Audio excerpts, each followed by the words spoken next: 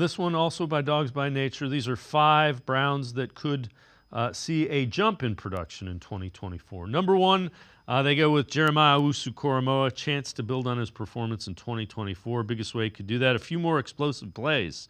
Number 2, Alex Wright, 2023, 5 sacks, but was only on the field for 38% of the defensive snaps.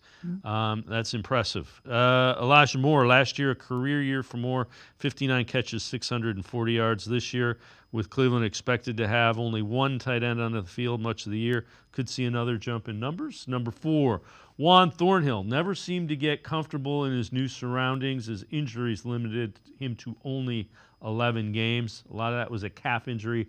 Hard to play safety with a bad calf. And number 5, Cedric Tillman.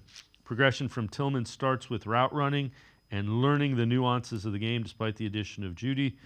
Brown should throw the ball enough that Tillman sees more than his 21 receptions.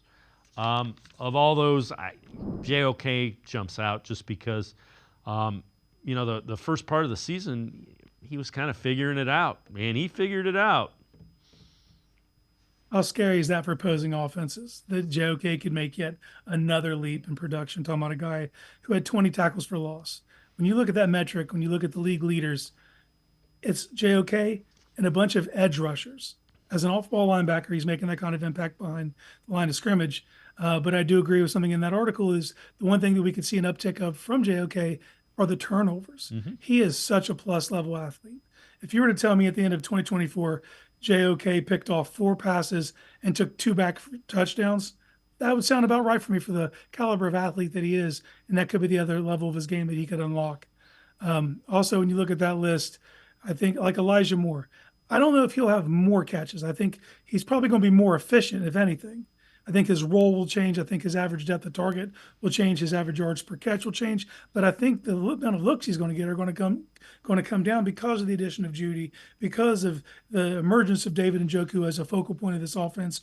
Obviously, you have Amari Cooper. You got the stuff you're going to want to do with the backs with Nyheim Hines, Jerome Ford. So I don't think that Moore will see an uptick in as far as overall production. I just think the efficiency should be up this season.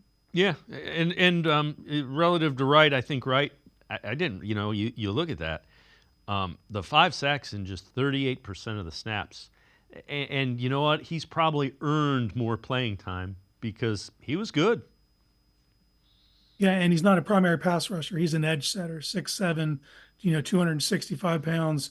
He's there to be the muscle, but the fact that you saw him over the back half of the season get sacks in 5 straight games. I mean, you saw it with your own eyes him starting to come on and only playing 38% of the snaps.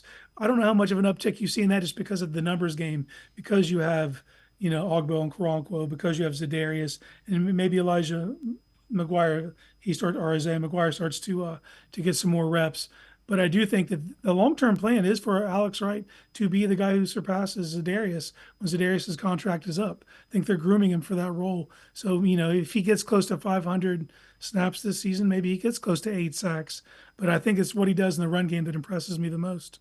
And the last one we'll talk about, Juan Thornhill, again, I just want to see the guy healthy. I think, he got beat up a little bit by the fan base, and he just was never felt quite right.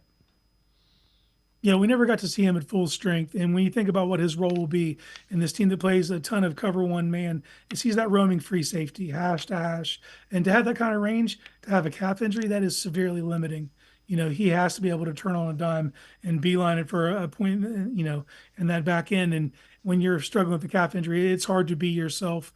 We never really got to see him fully healthy. We saw what he meant as a leader, what he brings with experience. And if you see him fully healthy, it could just unlock another level to the secondary, which is already a top-tier secondary, in my opinion.